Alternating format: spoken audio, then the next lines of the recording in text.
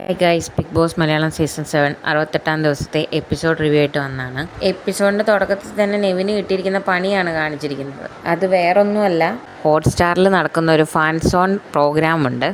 അതിൽ ദിവസം മുഴുവൻ വെസൽ ക്ലീനിങ് ആര് ചെയ്യണമെന്നൊരു ചോദ്യത്തിന് ഫാൻസ് കൂടുതലും ഉത്തരം പറഞ്ഞത് നെവിൻ്റെ പേരായിരുന്നു. ആ ഒരു കാര്യം കൊണ്ട് ബസർ ടു ബസർ അടിക്കുന്നിടം വരെ ബിഗ് ബോസ് ഹൗസിലെ പാത്രങ്ങളെല്ലാം നെവിനായിരുന്നു കഴുകേണ്ടിയിരുന്നത്. രാവിലെ മുതൽ ഇത് കഴുകാൻ കിട്ടിയതിൻ്റെ ദേഷ്യത്തിലായിരുന്നു നെവിൻ ഉണ്ടായിരുന്നത്. അതിനുശേഷം ബിഗ് ബോസ് അവർക്ക് മോർണിംഗ് ടാസ്ക് ആയിട്ട് കൊടുത്തത് ബിഗ് ബോസ് മലയാളം സീസൺ 7 അവസാനിച്ചാലും ജനങ്ങളുടെ മനസ്സിലെന്നും നിലനിൽക്കാൻ ചാൻസ് ഉള്ള ഒരു വ്യക്തിയുടേതും അതുപോലെ തന്നെ ഒരിക്കലും ഓർക്കാൻ ചാൻസ് ഇല്ലാത്തൊരു വ്യക്തിയുടേതും പേര് പറയുക എന്നുള്ളതായിരുന്നു അവർക്ക് കൊടുത്തിട്ടുണ്ടായിരുന്ന ടാസ്ക്.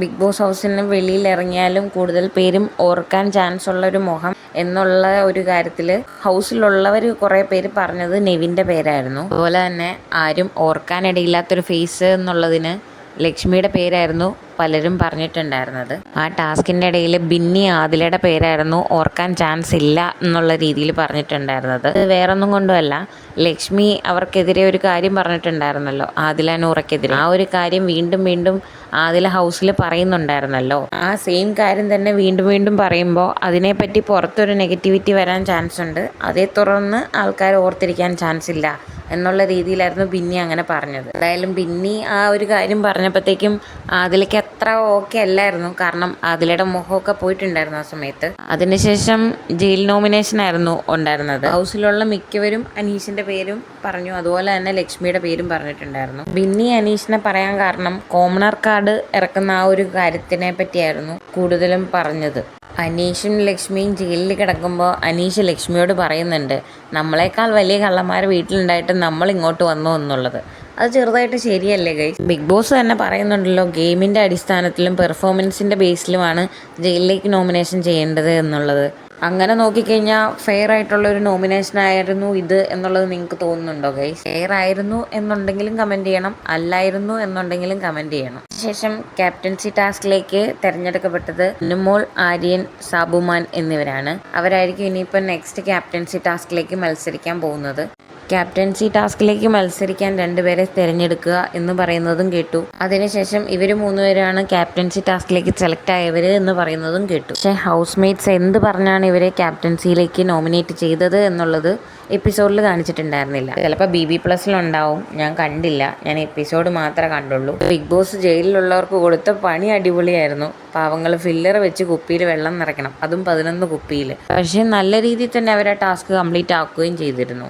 അതിനുശേഷം ബിന്നിയും ഷാനവാസും തമ്മിലൊരു ചെറിയ വഴക്കുണ്ടായിരുന്നു. കഴിഞ്ഞ വീക്കിൽ ജയിലിൻ്റെ അവിടെ വെച്ച് ബിന്നിയും ഷാനവാസും തമ്മിലുണ്ടായ പ്രശ്നം ഉണ്ടായിരുന്നല്ലോ. ആ പ്രശ്നത്തെ ചൊല്ലിയുള്ള തർക്കം തന്നെയായിരുന്നു അവർക്കിടയിൽ ഉണ്ടായിരുന്നത്. പിന്നെ അത് വേറെ വേറെ വഴക്കുകളിലേക്കും പോകുന്നത് കണ്ടായിരുന്നു. മോർണിംഗ് ടാസ്കിൽ ബിന്നി ആദിലേനെ പറ്റി ഒരു സ്റ്റേറ്റ്മെൻറ്റ് പറഞ്ഞിട്ടുണ്ടായിരുന്നല്ലോ. സ്റ്റേറ്റ്മെൻ്റ് അല്ല, ഓൾറെഡി പറഞ്ഞു കഴിഞ്ഞു പോയ കാര്യങ്ങൾ വീണ്ടും വീണ്ടും കുത്തി പറയുന്നത് പോലെ എന്നുള്ള രീതിയിലായിരുന്നല്ലോ ആദിലേനെ പറ്റി ബിന്നി പറഞ്ഞിട്ടുണ്ടായിരുന്നത്. ബിന്നിയും ഷാനവാസും കഴിഞ്ഞ ആഴ്ച നടന്ന കാര്യത്തിനെ പറ്റി അവിടെ സംസാരിച്ചുകൊണ്ടിരുന്നപ്പോൾ നൂറ പെട്ടെന്ന് ആ ഒരു ഡയലോഗിന് തിരിച്ചടി പോലെ അവിടെ കൊടുക്കുന്നത് കണ്ടായിരുന്നു. അതിനുശേഷം ബിഗ് ബോസ് അവർക്കൊരു സ്പോൺസർ ടാസ്ക് കൊടുത്തിട്ടുണ്ടായിരുന്നു.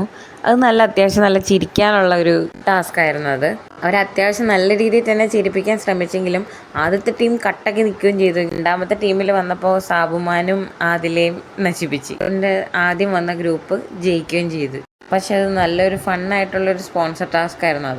അത് കഴിഞ്ഞ് കാണിക്കുന്നത് അടുക്കളയിൽ നടക്കുന്ന അടിയാണ്. എന്താല്ലേ, എല്ലാ ദിവസവും ഉണ്ട് അടുക്കളയിലെ അടി. പക്ഷെ ഈ ഒരു അടി ഉണ്ടാക്കിയ സമയത്ത് അനുവിൻ്റെ ഭാഗത്ത് ന്യായം ഉണ്ടെന്ന് എനിക്കും തോന്നി. കാരണം ലക്ഷ്മി അരി ഇടാൻ വേണ്ടിയിട്ട് എടുത്തപ്പോഴേ അനുമോള് പറഞ്ഞായിരുന്നു ഗ്ലാസ്സിൽ അളന്നിട് എന്നുള്ള കാര്യം.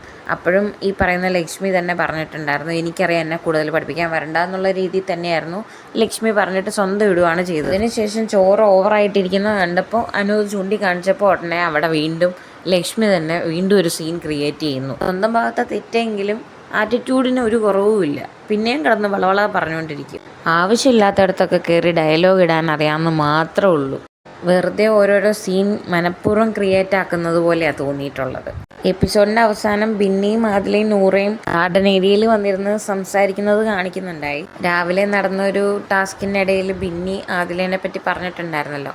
അതിൻ്റെ ഒരു ക്ലാരിഫിക്കേഷൻ പോലെയുള്ള ഒരു കാര്യമായിരുന്നു അവിടെ സംസാരം. അപ്പോൾ നാളെ വീക്കെൻഡ് എപ്പിസോഡാണ്, ലാലേട്ടൻ വരുന്ന ദിവസമാണല്ലോ. എന്തൊക്കെയാണ് ലാലേട്ടൻ ചോദിക്കാൻ പോകുന്നേ എന്നൊക്കെ ഉള്ളത് കാത്തിരുന്ന് കാണണം. അതിനോടൊപ്പം തന്നെ നാളെയും മറ്റന്നാളുമായിട്ട് ബിഗ് ബോസ് ഹൗസിൽ നിന്ന് എത്ര പേര് എവിക്റ്റായി പോകും എന്നുള്ളതും കാത്തിരുന്ന് കാണേണ്ട ഒരു കാര്യമാണ്. കാരണം ഇനി ഫിനാലയിലേക്ക് എത്താൻ ഒരുപാട് ആഴ്ചകളൊന്നും ഇല്ല. അപ്പം മറ്റൊരു ബിഗ് ബോസ് അപ്ഡേറ്റ്സ് വീഡിയോയുമായി നാളെ കാണാം.